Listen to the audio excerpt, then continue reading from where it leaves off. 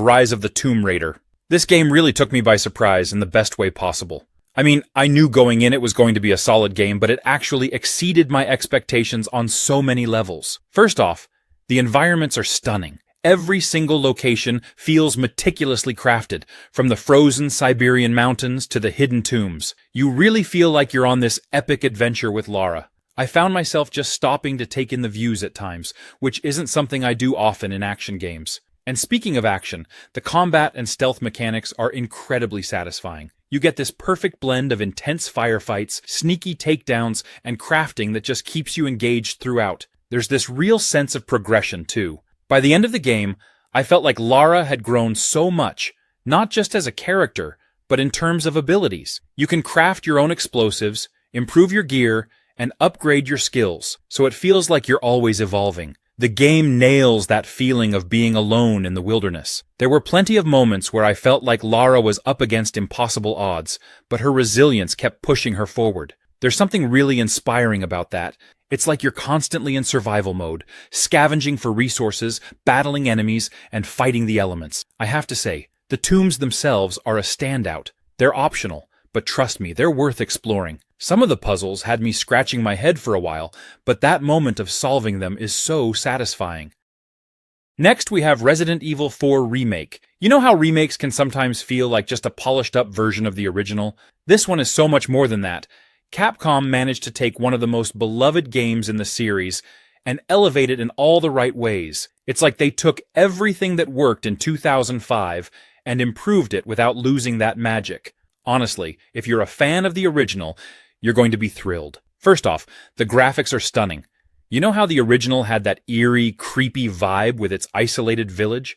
Well, the remake takes that atmosphere to a whole new level. The foggy woods, the creepy lighting, it just feels so immersive. There were moments when I had to stop and just take in the environment. It's terrifying, but in a way that makes you want to explore every corner. Gameplay-wise, I was thrilled with how much smoother everything felt. Leon's movements are less stiff, and the gunplay, spot on. The combat has been reworked to feel more dynamic, especially when you're dodging and parrying enemies. Oh, and speaking of enemies, those Ganados are way more terrifying this time around. They're more aggressive, smarter, and honestly, I found myself sweating in some of those encounters, especially when you're dealing with hordes at once. I loved the tweaks they made to the characters too. Leon has more personality. He's still got those cheesy one-liners, but he feels more grounded. Ashley is no longer just the damsel in distress. She's actually helpful, and their dynamic adds to the story in a way that feels more natural.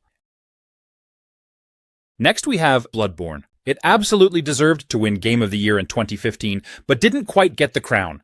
I mean, this game was From Software at its peak, delivering an intense gothic nightmare of a world that fans still rave about to this day. It's wild to think that something this groundbreaking didn't take home the big award. First off, the atmosphere in Bloodborne? Unreal. Yharnam was this dark, twisted, Victorian city filled with werewolves, cosmic horrors, and nightmare creatures that just kept you on edge the entire time. The design of the world was so hauntingly beautiful, with that classic From Software touch, where every alley and hidden path had a story to tell. The game didn't hold your hand either, which was part of its charm. You had to figure everything out on your own, from the lore to the mechanics. And let's talk about that combat system. Bloodborne took the typical slow, methodical Souls formula and made it fast and aggressive. You couldn't just hang back and wait. The game literally rewarded you for going on the offense with that regain system. If you got hit, you had a window to hit back and regain your health, which encouraged players to stay in the fight instead of running away. It was like Dark Souls on adrenaline. But here's the thing, Bloodborne came out the same year as The Witcher 3, Wild Hunt, and that's where things get tricky. The Witcher 3 swept most of the awards that year, and while it was undoubtedly a great game, a lot of people felt like Bloodborne was overshadowed because of that. But for those who played it, Bloodborne was a masterpiece. Next we have Sifu. What's crazy about Sifu is how brutal it can be. I mean, you're this martial artist out for revenge, and the combat system is so fluid, but also super challenging. It's not the kind of game where you can just mash buttons, but the real twist? The aging mechanic. Every time you die, your character ages, and it changes how you play. As you get older, you hit harder, but lose health. It's such a clever way to keep the tension high. You're constantly trying to balance staying alive while still taking risks. There's this internal struggle like, do I push through this fight now, or should I retreat and try again later? The more you age, the fewer chances you have to finish your mission, which makes every death feel meaningful. The level design is awesome too. You're moving through these beautifully crafted environments, from neon-lit nightclubs to serene temples. Each one feels like a love letter to classic kung fu movies. The game's art style is sleek and minimal, but the environments are so detailed, and the atmosphere is on point. You really feel like you're living out this martial arts epic. What I also loved is how seafood doesn't hold your hand. The difficulty can be punishing, but in a way that makes you want to get better. It's all about learning from your mistakes and coming back stronger. Each time you die, you're learning the enemy's patterns, figuring out new strategies. It's got that Dark Souls vibe where every failure is a lesson. If you love a good challenge and want to experience some of the best hand-to-hand combat in gaming, Sifu is a must-play. Next, we have Doom 4. This game brought back the old-school shooter in the best way possible, but still didn't take home the Game of the Year award. And I'm still scratching my head over that because Doom was an absolute beast when it dropped. It was like ID Software said, let's show everyone how a real first-person shooter is done. First of all, Doom nailed the pacing. It was fast, chaotic, and brutal. Everything you want in a Doom game. They took that classic run-and-gun formula and cranked it up to 11. You're constantly moving, jumping, and tearing through demons like a one-man wrecking crew. The combat was a symphony of destruction, where stopping meant death. And let's not forget the glory kills, where you get rewarded for ripping apart demons up close in the most satisfying ways possible. The thing that made Doom stand out was how unapologetically old school it was. No cover mechanics, no reloading, just pure adrenaline-fueled action. It felt like a return to form for the genre. And in a sea of shooters that were leaning more toward tactical, slow-paced gameplay, Doom was like a wake-up call. It reminded everyone why the original Doom was such a phenomenon back in the day. Why it didn't win Game of the Year. One reason could be that it released in a pretty stacked year. 2016 had Overwatch taking a lot of the spotlight, and multiplayer shooters were all the rage. Doom, on the other hand, was a more solo-focused experience. Sure, it had a multiplayer mode, but that's not what people played it for. It was all about that single-player campaign. Next, we have Watch Dogs 2. This one is so different from the first game, in a good way. I remember being kind of underwhelmed with the original Watch Dogs. Aiden Pierce, the protagonist, felt a bit too broody. And while the hacking mechanics were fun, the game just didn't have that spark. Watch Dogs 2, though? Completely different vibe. First of all, Marcus Holloway, the main character, is such a breath of fresh air. He's charismatic, funny, and feels like a real person you'd want to hang out with. And his crew? The whole DedSec team is just this cool group of misfits, and they have this energy that's contagious. You can tell they actually care about what they're doing, which makes all those missions feel more personal. Speaking of missions, the open world in San Francisco is incredible. It's not just bigger than the original, but way more vibrant. You know how some open-world games feel like they're just there to fill space? Not here. There's always something cool happening, whether it's a random NPC having a funny conversation, or some kind of crazy car chase happening right down the street. And let's talk about the hacking for a second. This time around, it's not just about pressing a button to hack a camera. You can control cars, drones, even giant construction cranes. There were so many moments where I just sat back and thought, I can actually do this in a game? It feels so rewarding to get creative with it.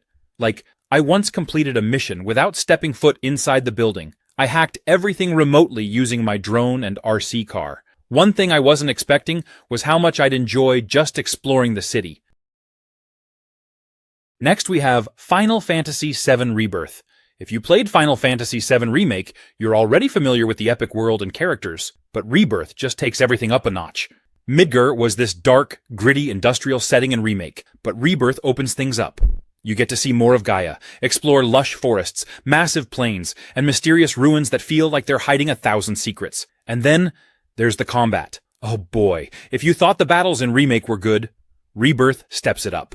It's still that real-time, action-packed combat system, but everything feels smoother and more refined. Switching between characters mid-battle is seamless, and they each bring something totally unique to the table. Cloud's powerful sword slashes, Tifa's quick martial arts, Barrett's massive gun arm. Everyone has a role, and you get to experiment with strategies that make every encounter exciting.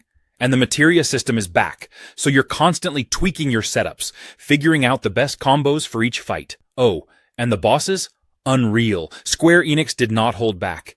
Each boss feels like its own mini-movie, with incredible animations, massive attacks, and a level of intensity that keeps you on the edge of your seat. And it's not just about the challenge. Each boss battle feels personal, like you're part of something epic. And the summons, summoning Ifrit, Shiva, or one of the other iconic Final Fantasy summons, just feels so satisfying. They show up, wreck shop, and leave you thinking, yep, that's why I love Final Fantasy.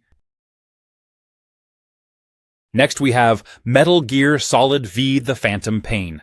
It's one of those experiences that really makes you feel like you're in control of a tactical open-world espionage operation. From the moment you start as Big Boss, or Venom Snake, if you want to get technical, you know you're in for something special. The way the game blends stealth, action, and freedom of choice is just next level.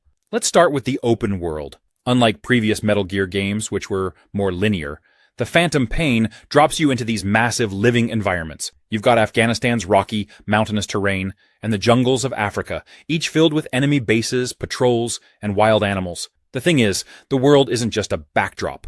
It reacts to how you play. You can approach missions any way you want, whether it's going in guns blazing or sneaking in without anyone ever knowing you were there. And the best part?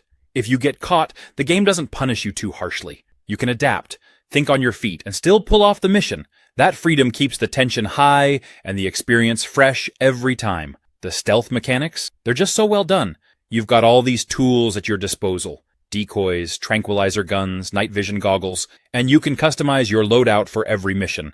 One of my favorite things to do is use the cardboard box, classic Metal Gear, to sneak around or surprise enemies. It's so ridiculous, but somehow always works. And Mother Base is such a cool feature. You're constantly building it up, recruiting soldiers, developing new weapons, and sending your team on missions.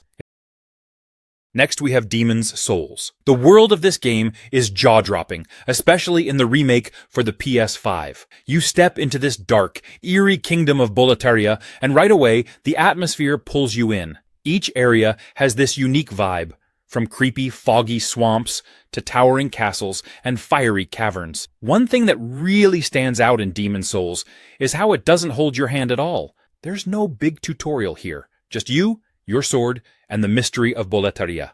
That might sound intimidating, but honestly, it's what makes this game so memorable. You're learning as you go, and every little discovery feels like a personal victory. And when you finally figure out a tricky pattern or beat a boss that felt impossible, that's one of the most satisfying feelings in gaming.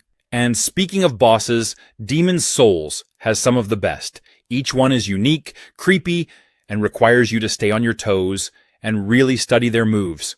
You'll probably get your butt kicked a few times, or a dozen times, but that's okay. It's all part of the fun. Each boss fight feels like a grand event.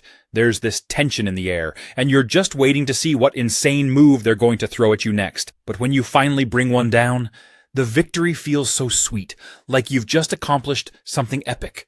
The game's mechanics are simple, but feel just right. It's not about flashy combos or crazy powers. It's about timing, patience, and learning from every mistake. Next we have Ratchet and Clank Rift Apart.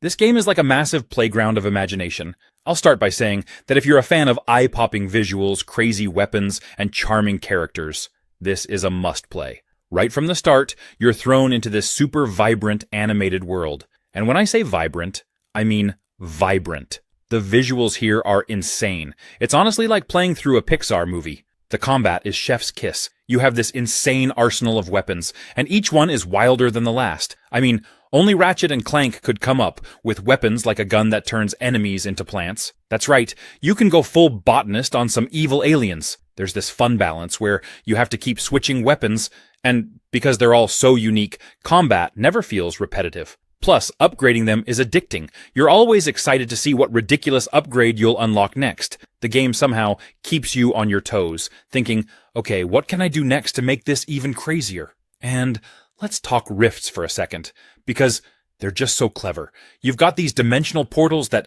let you zip around the battlefield or enter totally new areas in seconds. It's like a whole new way of moving and exploring, and it makes the game feel like nothing else out there. Plus, there's this thrill in zipping through dimensions without a single loading screen. It's a mechanic that's so fresh, it almost feels like you're playing an action movie, where every second keeps you glued to the screen. Rift Apart is perfect for players of all ages. Next we have Outlast 2. The game is a wild, terrifying ride from start to finish. It takes the creepy factor and dials it up so high you're constantly on edge. If you thought the first Outlast was scary, this one's here to remind you it can always get worse. First off, Outlast 2 does something amazing with its setting.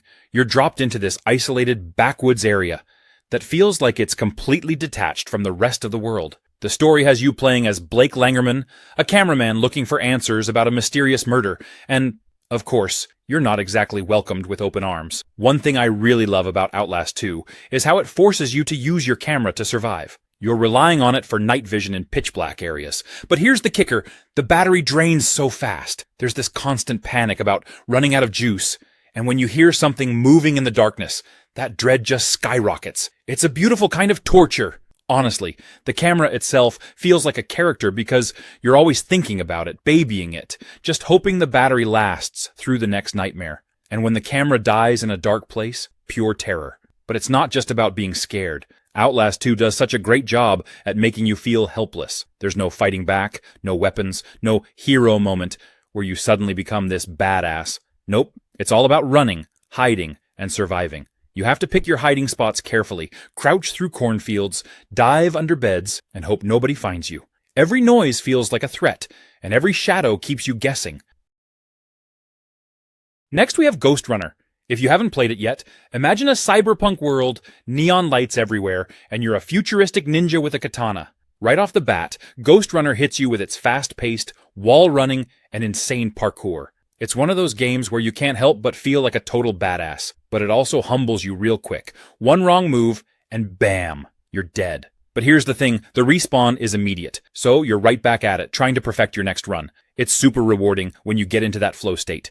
You'll be slicing through enemies, running on walls, and dodging bullets like a pro, all in one smooth motion. The game is so fluid, and the controls feel tight, which is crucial for a game like this. The setting is equally awesome. It's this gritty, dystopian, cyberpunk city, and the visuals are just eye candy. I couldn't help but get drawn into the atmosphere, the neon, the rain-soaked streets, the towering skyscrapers. It feels like you're in the middle of a futuristic action movie, but you're the star doing all these crazy stunts. One thing I have to mention is the soundtrack. Oh, man. The music is fire, just pure synthwave goodness that pumps you up during every intense sequence. It complements the gameplay so well, and there were moments where I caught myself bobbing my head while dodging bullets. Sure, the game's difficulty can be brutal at times, but that's kind of the point. When you finally nail a level that's been giving you trouble, it's this amazing sense of accomplishment. If you're into fast-paced action, and you're not afraid of a bit of trial and error, this one's a must-play. Next we have Alien Isolation. I don't think I've ever played a game that kept me on the edge of my seat like this one did. You know how some horror games throw constant jump scares at you? Not here. This one's all about that slow building tension. You're literally never safe. It captures that feeling of dread from the original Alien movie perfectly. And let me tell you, the atmosphere in this game is top tier. The space station is so incredibly detailed, like straight out of the 1970s vision of the future. It has that grimy, lived-in feel, which just adds to how isolated you feel. The lighting is phenomenal, too. I remember creeping through these dimly lit corridors with shadows dancing everywhere. The vibe is so good, you just feel like you're there. And that's half the reason this game works so well. It makes you feel like you're in constant danger. I think one of the coolest things is that the xenomorph isn't the only thing you have to worry about. There's other stuff happening on the station, and it really creates this sense that the world is alive. Well, maybe not alive, but dangerous. I won't spoil anything, but let's just say, some of the other encounters are almost as tense as dealing with the alien itself. Alien Isolation isn't for everyone. If you don't like slower-paced games or being super stressed the whole time, maybe it's not your thing. But if you're someone who loves a good atmospheric challenge, and you appreciate a game that doesn't treat you like a kid, you're in for a treat. There's something incredibly satisfying about surviving an encounter with the alien, where you're just like, oh man, I actually made it through that. Honestly, the game is just a love letter to Alien fans. Next we have Helldivers 2. Now, this game is a follow-up to the original Helldivers, which had a strong cult following.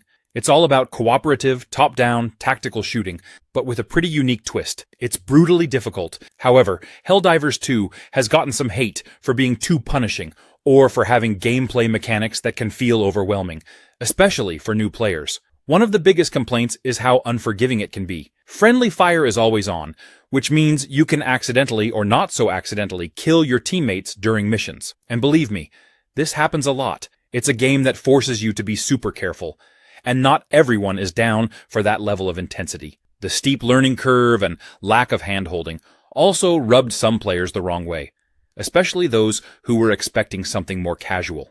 Another thing that got some pushback was the game's structure. Missions can feel repetitive after a while, and if you're playing solo, the game is an entirely different experience, and not always in a good way. It's built around cooperative play, so going in alone can make it feel more frustrating than fun. But here's the thing. If you're into tactical shooters and have a squad to play with, Helldivers 2 is an absolute blast. The chaos that comes from trying to coordinate with your teammates while dodging enemy fire and calling in reinforcements makes for some seriously intense moments. The variety of weapons, gear, and strategies you can use makes each mission feel dynamic, and the constant threat of messing up keeps the tension high. Sure, it's tough, but that's also what makes it so satisfying. Next we have Indiana Jones and the Great Circle.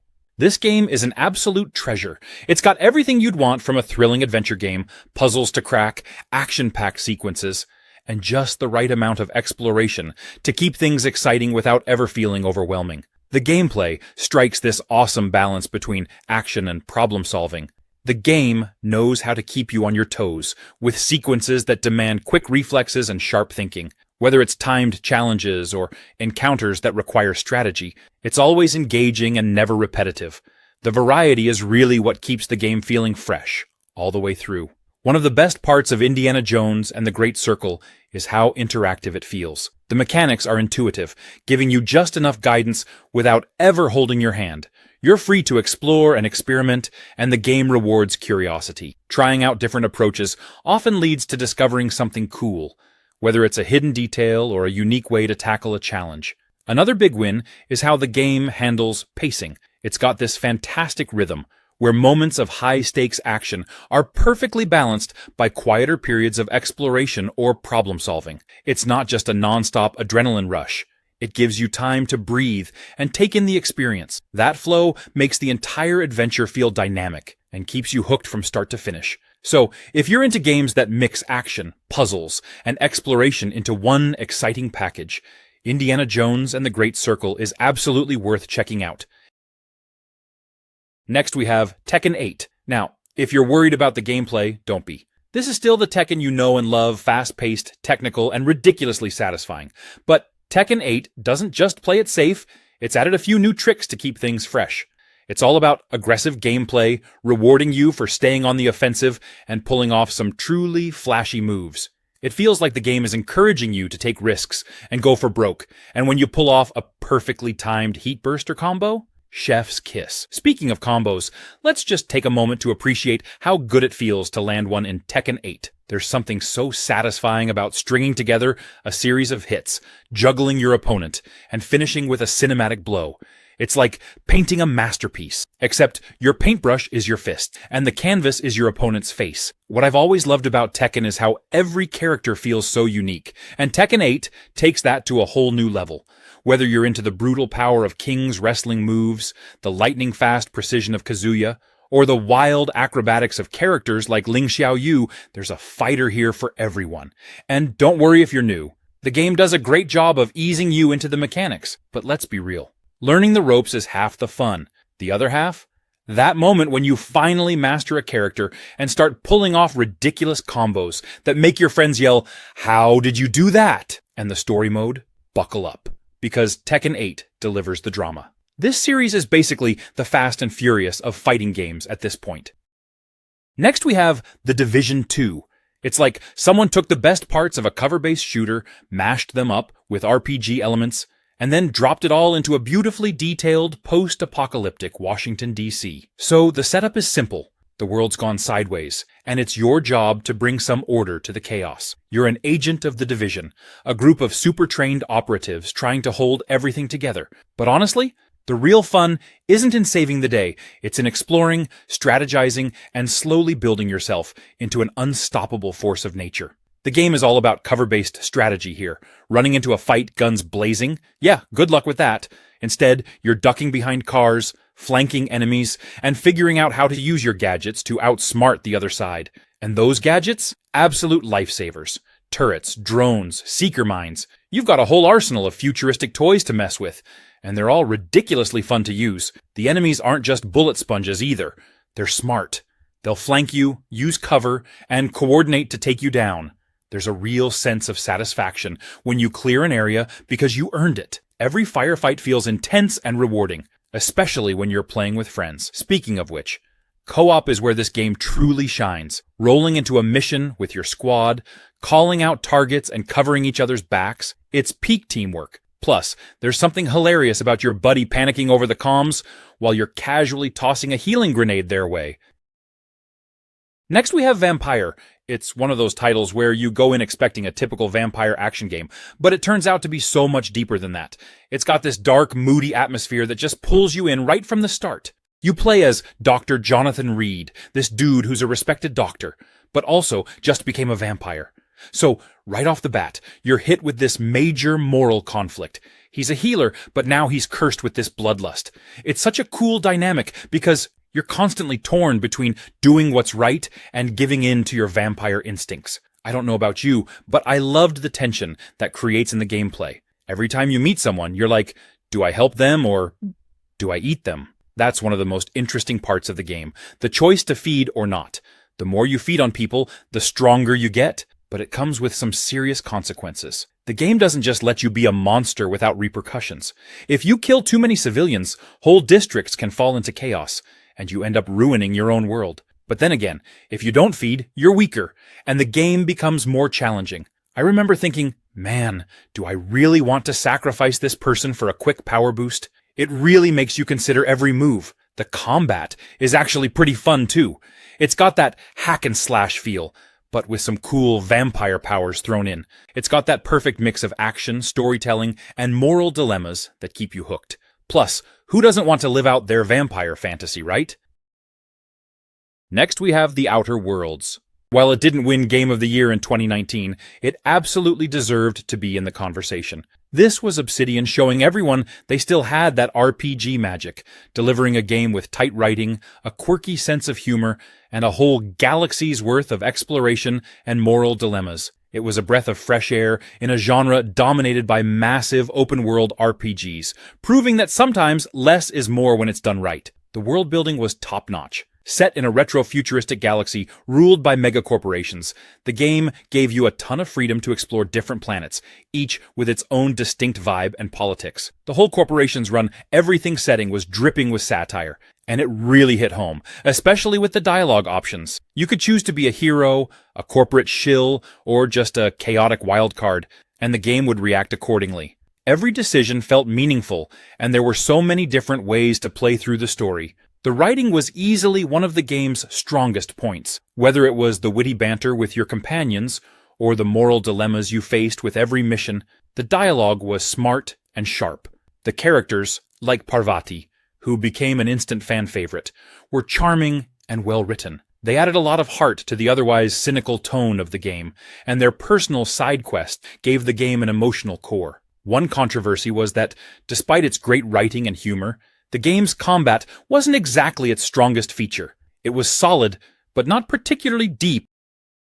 Next we have Elden Ring Shadow of the Erdtree. The moment you step into the new content, it feels different, like you've entered a darker, stranger, and somehow even more intimidating part of the world. If the lands between were a fever dream, Shadow of the Erdtree is a full-on nightmare, but, like, the kind you don't want to wake up from because it's just too cool. Combat is as tight and brutal as ever. Whether you're a die-hard melee player, a magic enthusiast, or a mix of both, there are new weapons, spells, and builds to experiment with. I found myself tweaking my character constantly, trying out new strategies for every encounter. It's that classic From Software loop of getting crushed, learning, adjusting, and finally triumphing that makes the whole experience so addictive. And the bosses? Let's just say they're not here to play. They're here to humble you, to make you question every decision you've ever made as a gamer. But at the same time, they're incredible. Each one feels like its own mini-story, with designs and movesets that are as much a spectacle as they are a challenge. There's nothing quite like the adrenaline rush of finally figuring out that perfect dodge timing or landing the killing blow after a 15-minute duel. It's frustrating in the best way possible. But it's not just about the bosses. The enemies scattered throughout this expansion are no joke either. They're relentless, weird, and occasionally terrifying. One moment I was admiring the scenery, the next I was getting ambushed by some unholy abomination I couldn't even describe if I tried. It's classic Elden Ring chaos, and I love it.